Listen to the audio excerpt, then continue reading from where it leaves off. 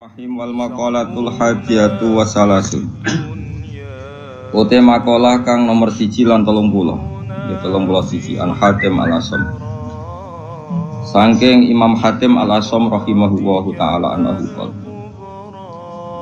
Arba'atu asya'a la ya'rifu qadraha illa arba'atun. Arba'atu asya'a te papat pira-pira perkara iku la ya'rifu iku ora ngerti. Qadraha ing kadare arba'ati asya' sapa ila arba'atun kecuali wong papat minal ajnasi sing pira-pira jenis wong. Merga fa inna syai'a mongko sak temene perkara iku innama yu'rafu. Iku amesne den ngerteni apa sek. Fa inna syai'a mongko sak temene perkara iku innama yu'rafu. Angin mestine iso den kenali apa sek, utawa ngerteni apa sek. Biditihi kelawan wali anisya. Biditihi kelawan wali anisya. Siji asyababu sifat nom. La ya'rifu ora ngerti qadrahu ing kadari sabab. Sapa ila syuhu wong sing tuwa itu. Ahlul harami dikse wong sing wis renta, sing wis pikun, sing wis renta. Wal afiatu lan sehat. Manane sehat mriki ai difaul makruhi tegese ora anane barang sing diketingi. Misale roh rasane sikil ora putung, tangan ora putung. Layar ifu ora ngerti kodroha ing kadare afia sapa ila ahlul balai kecuali wong sing duwe balak. Qala dawuh sapa Al-Ghazali Imam Ghazali badha hadil jumlati ing dadi gendine iki jumlah oleh dawuh wala ya'rifu. Lan ora ngerti kodrol hina ing kadar kecukupan sapa ila ahlul fakri kecuali wong sing duweni fakir. Misalnya wong di beras 2 kilo itu biasa wae. Ora rasane ora duwe terus utang tonggo lagi kapok no. Kowe di tangan sikil ini kan sikil lelek biasa wae nek diamputasi lagi kroso. Dibeli sikil lelek ya penting. Malah dibodhekno barang prabodi langgar kena aku mlaku ya penting. Di salon barang aneh-aneh sikil lelek kok to. Di salon nang kena aku mlaku. Kena ben roh rasane ya mau diketok sik kok lagi roh rasane pentingnya nopo. Sikil sing elek. Wasihatu lan sehat la yarifu ora ngerti kodro ing kadare sehat sapa ilal mardo kecuali sing lara jamu maridin jama lara ya ilas ahli saqab kecuali wong sing duweni sifat lara wal hayatu te urip iku la yarifu ora ngerti kodro ing kadare hayat sapa ilal maut kecuali pira-pira wong sing mati. Niki sing penting kula terangno niki masalah kula niku niate teng dunya nerangno tauhid. Niku kalimat niku sampeyan balin malih fa inna syai'a innama yu'rafu nabu biditihi nabu fa inna syai'a innama yu'rafu biditihi. Terus cara ulama-ulama hakikat Allah gawe ireng iku ben ketok putih. Terus Allah gawe ireng iku ben sing putih ketara putih. Jadi ireng digawe niku mboten niat gawe ireng tapi ben mlebu kaidah wa biditihi tatabayyanul asya'u. Di garis putih itu kelihatan putih sekali kalau didampingi apa? Hitam. Sehingga hitam ini malah berfungsi mencerahkan apa? Putih. Maksudnya ngaten, kalau saya dan umumnya ulama siapa saja yang mencintai tauhid, masuk ulama modern sing kabudute dibom nih, kula riyen teng sarang mucal niku. Kitab Kubrul Yakiniyat. Ini cerita tahadus ini mas, saya pernah ngajar 6 tahun kalau gak 5 tahun Fan Kubrul Yakiniyat teng Madrasah Ghazaliyah. Itu karangan Sayyid Ramdan Al-Buti. Kita tahu beliau akhirnya mati semua dibom di Syria. Itu sebetulnya ilmu yang beliau utarakan dia lazimnya lazim ya nggak ada yang aneh, semuanya lazim sesuai konvensi ilmu-ilmu tauhid, ilmu kalam. Tapi umumnya ulama modern yang sing aku yakin diridani pangeran biasanya tetap punya sisi yang kesamaan bahasa. Misalnya fikih yang dikarang Madzhabul Arba'ah dulu tentu orang sekarang pahamnya lewat Wahbah Zuhaili. Usul fikih yang dikarang Zakaria Al-Ansori mungkin orang sekarang pahamnya lewat Abi Zahroh yang di Mesir baru tren-trennya misalnya. Di Indonesia misalnya lewat Bazubair, Basahal. Karena biaya kita juga punya utang sama ulama modern. Ya Jokowi santri-santri khusyuk ngerti kayak kita modern moh jenengane kita kuno. Bareng ditakoni, zakat emas ku piro? Isruna miskolan. Lha ya iku piro? Isruna miskolan. Mergo dene mau maca kitab modern. Jadi ra roh konversi isruna napa? Miskolan niku jenenge geblek napa? Bareng takoki, iso jamak salat piro? Sittata asyara farsakhan. Lah ya iku piro? Sittata asyara farsakhan. Kita tetap butuh ulama modern karena mereka yang mengkonversi itu. Misalnya isruna miskolan itu sama dengan misalnya sekian dinar. Sak dinar itu 4,25 gram. Kalau 4,52 gram, ya kira-kira isrona miskolan itu sekitar 89 gram. Kalau 89 gram atau 84. Kowe seneng zakat larang ta murah? Iki tak tes. Kowe seneng nisab zakat larang apa murah? Larang, medhit berarti. Medhit. Rega efeke iku kowe nak darani wajib iku 69 gram. Berarti ke dia 64 ra wajib zakat. Konangan asline. Jadi wong milih nisab larang iku mesti medhit. Ora kok mungkin medhit. Mesti medhit. Alasannya ikhtiyar tapi tetep dadine iku medhit. Kula rong tau debat mbek wong kalah kecuali pisan debat mbek wong medhit. Wong mesti kalah kok. Mergo apa itu? Teke wong medhit luwih cerdas no. Mergo tukang perhitungan no. Wong lomo kan biasa dibulatno no. Repot wong medhit. Mari cepet kiamat. Sampeyan tak kita bedhei. Ini penting kalau terangno. Sehingga ilmu tauhid yang dikarang Imam Ghazali sekalipun itu ya kadang kita tidak tahu logika klopnya kecuali dikarang orang modern. Saya utang jasa ya termasuk saya sering cerita di sini. Saya dulu ngaji sama Mbah Mun itu kitab Al-Husnul Hamidiyah. Itu dikarang orang kemarin sampai sekarang jadi pelajaran di madrasah sana. Kelas pinter ini? Kelas kalian? Kelas 2 aliyah. Aliyah diniyah maksudnya orang aliyah kurikulum. Wah padakno. Ngeten misalnya rungokno tenan. Di antaranya komentarnya Said Robdan Al-Buti dalam Kubrul Yakiniyat itu. Beliau cerita begini.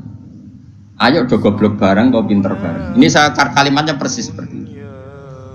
Kenapa dalam latihan tauhid itu kan ada sifat berapa? Kalau latihan tauhid sifat wajib, sifat muhal, sifat jaiz. Terus sifat wajib itu berapa? 20, terus muhal 20, wajib jaiz ya 1. Kowe rasa kuwatir ngapalone angel wong iku karek malih agar bar wajib ya. Dadi ra perlu ngapalo kabeh. Pokoke 7 iku ya sing 7 kan bolak-balik. Ya 7 kan diulang-ulang. Wujud terus enggak ya wujud sitok ya hidam bakok mukhalafatul hawadisi qiyamuru bi nafsihi. Kayak itu bocah Mustafa bahkan gak ngitungnya piye wujud sifat nafsiyah terus hidam bakok mukhalafatul hawadisi qiyamuru bi nafsihi wahdaniyat sifat salbiyah ya. Terus mulai sifat tenan itu kan kudroh iroda sama resor kalam. Terus mulai natijah sifat apa? Ma'nawiyah berarti ya. Kan terus kudroh. Pokoknya karek bentuk master napa? Karek bentuk napa? Master kalian isim fa'il. Ndak irungokno tenan. Kok kena tau hitung papat kok orang di swarga kok dibiji malaikat iki. Sampeyan saiki tak bedheki. Jare Said Robdan Al-Buti, sebetulnya manusia itu tidak pernah tahu Allah. Nganti cerdas kaya apa wong ora tau roh pengira. Tapi baru kayak wali aneh itu luwih mukhal. Kalau balen mana? Wali aneh itu luwih mukhal. Akhirnya kita itu ngerti pengira. Dulu saya itu rapati cocok mbek Said Robdan Al-Buti. Karena aku itu termasuk wong parek pengiran. Jadi roh ilmu aneh-aneh ora cocok. Mergo aku rasa itu ya seroh pengiran. Jadi tak anggap saiki kok iya saya naik dhewe. Karena saya guru ya tak teliti itu tangan-tangan kok ono bener ya. Terus saya baru tahu itu Syekh Nawawi yang orang tafsir Munir, Syekh Nawawi Al-Bantani itu. Syekh Nawawi sing uripe ning ndi? Banten ning Mekah. Orang ngayatno putune saiki wakil apa ora usah ngono, mari kampanye. Ora usah ngono, pokoke ngono mbotenan ora aku ya ora roh putune. Aku ya ora roh sanate piye, silsilah piye, tenan kok kampanye. Pokoke Syekh Nawawi. Yang jelas saya punya kenangan khusus sama Syekh Nawawi karena saya Lukman ini cucunya orang yang dulu garwa bojo terakhir saya sinten Nawawi. Jadi saya Nawawi itu bojo terakhir itu dikene muridé. Paham ya? Apa? Mergo nom. Terus muridnya paling alim itu termasuk buyut-buyut kula nggih buyute balik. Lan kula tahu banyak tentang sejarah saya. Nawawi. Kok buyut-buyut kula marisi bojone ora ada. Oh. Kalau dididik akhlak. Tapi bojo paling nom kan bojone ku akeh. Lama dhisik bojone akeh. Minimal 4. Tapi nek sing dirabi iso 5 iso 10. Tapi perangkatan niku 4. Lah mau durung-durung aku terapi tak takut. Rabi ping 20. Waduh. Tapi ra oleh 20 langsung kene apa? Bapak asal payu ana sing gelem terus. Ya agak kira payu alhamdulillah. Pun kurang ana tenan. Saya Nawawi itu kan kalau nanti sinau tafsir Munir dan saya punya rencana membaca tafsir Munir entah kapan. Tapi saya pernah sinau khatam, saya takriri. Itu beliau ngendikan gini, fa inna ma'rifata sifatillah iku la tu'rafu illa bisulub. Saya masih ingat, beliau menghentikan tidak asalib tapi sulub. Sulub itu jamak salbun. Karena kita memastikan sifat-sifat Allah itu akal kita, muntaha aklina, puncak akal kita itu hanya mengetahui lewat sulub, lewat sifat salbiyah. Misalnya begini, terus saya cek lagi di kitab Ihya, karena ini urusan disiplin ilmu, jadi harus ada padanan. Saya membenarkan Said Ramdan Al-Buti setelah melihat sekian padanan di Ihya, di Tafsir Munir, di beberapa kitab. Ini rumah nontonan. Misalnya saya bilang, rumah nomor, biasanya anak ilmu logika itu tak karam musik. Misalnya tisu ini tak potong terus pecah. Sebabnya terpotong ini karena tak potong apa karena tisu ini lemah? Gak, kowe latihan cerdas, ojo latihan lugu, yo. Dene ora tau mikir, pokoke dene urip tawakal ngenteni mati, ngono tok dene pura-pura wali, gayane gaya wali dene, mau mikir gaya wali. Mau mikir gaya napa? Ya nak wali tenan ra apa-apa, nak pancen males mikir terus piye. Nah, kula ya para pangeran tapi gelem mikir. Ya kalau kaca tak pecah terus kemudian pecah, itu sebab pecahnya karena apa? Karena saya pecah apa karena kaca itu lemah? Lemah lah, agak dipecah kan ya ora pecah. Ayo. Dipecah lah, nak ora lemah ya ora terpecahkan. Sebabnya apa? Kok sebabnya pecah-pecah ke akibat? Takbir banget. Kanyari Mustafa. Gerti ya mikir bae kanyari Mustafa. Itu wae modele wis eling pangeran pengen tadi mati wis. Ya apik ngono kanggo calon wali apik. Syaratnya wali ora mikir.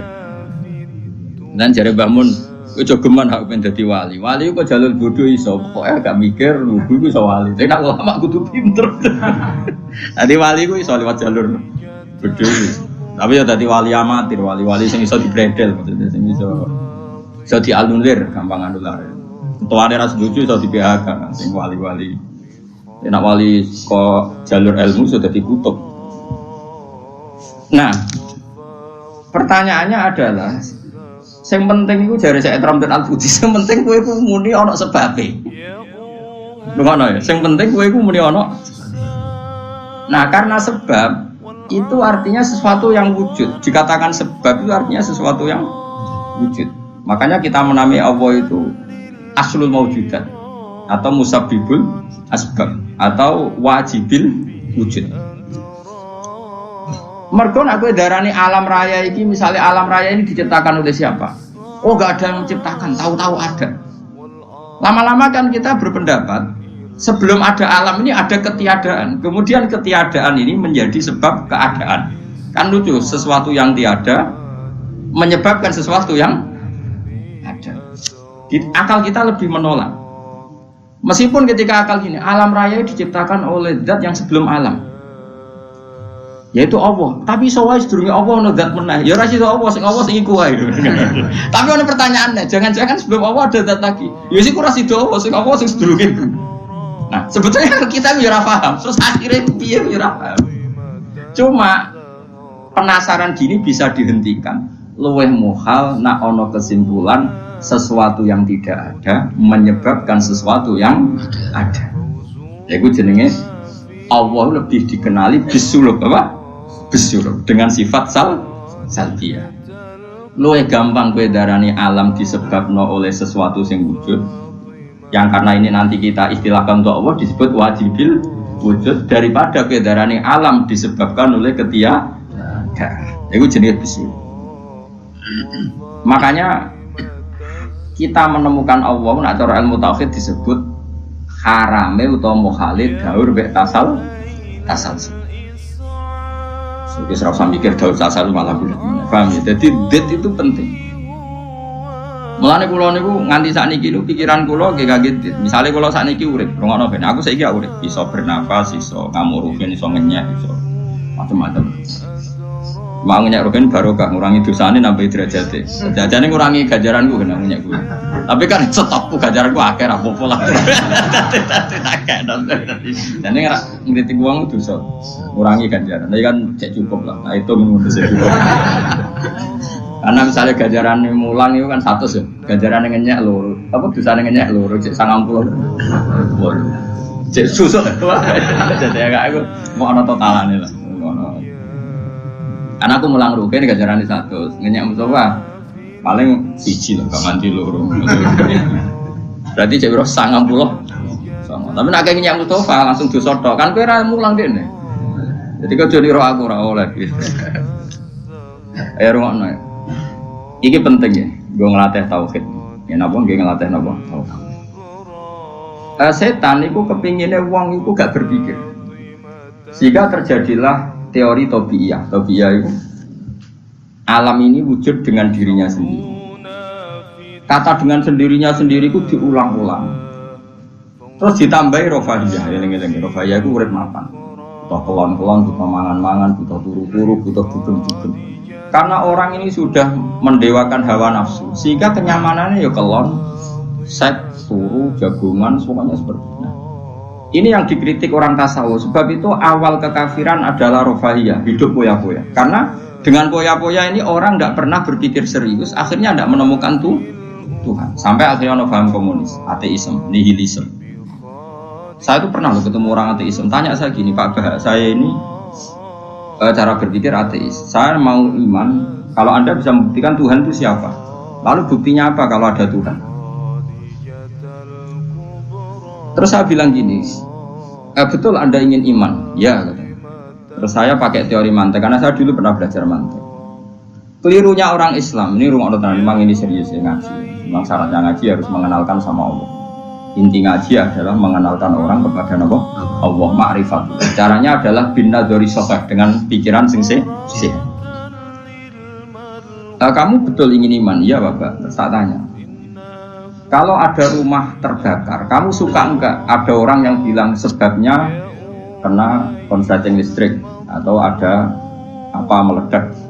Atau Anda suka bilang enggak ada sebabnya sama sekali? Oh seneng yang ada sebabnya, misalnya ya tadi kena konsleting listrik atau kompor terbakar dan sebagainya. Lalu kalau alam wujud ini kamu suka ada sebabnya apa tanpa sebab? Ya suka ada sebabnya sebetulnya saya. Nah sebab itu oleh Islam dinamai Tuhan. Sebab ini oleh Islam dinamai. Sebab itu dalam ilmu mantek, sebenarnya ilmu mantek itu nggak kenal Allah, bahkan nggak pernah nyebut nama Allah. Saya ulang lagi ya, di ilmu mantek, ilmu logika yang diajarkan di pondok-pondok itu tidak pernah nyebut Allah. Yang disebut adalah alam ini rubah, alam ini makhluk. Kalau makhluk butuh khalik. Paham ya? Alam ini sudah akibat musabbab. Kalau akibat berarti butuh sebab. Yang sebab ini kita sebut musabbibul asbab. Dan sebab ini harus lebih dulu ketimbang yang disebabi.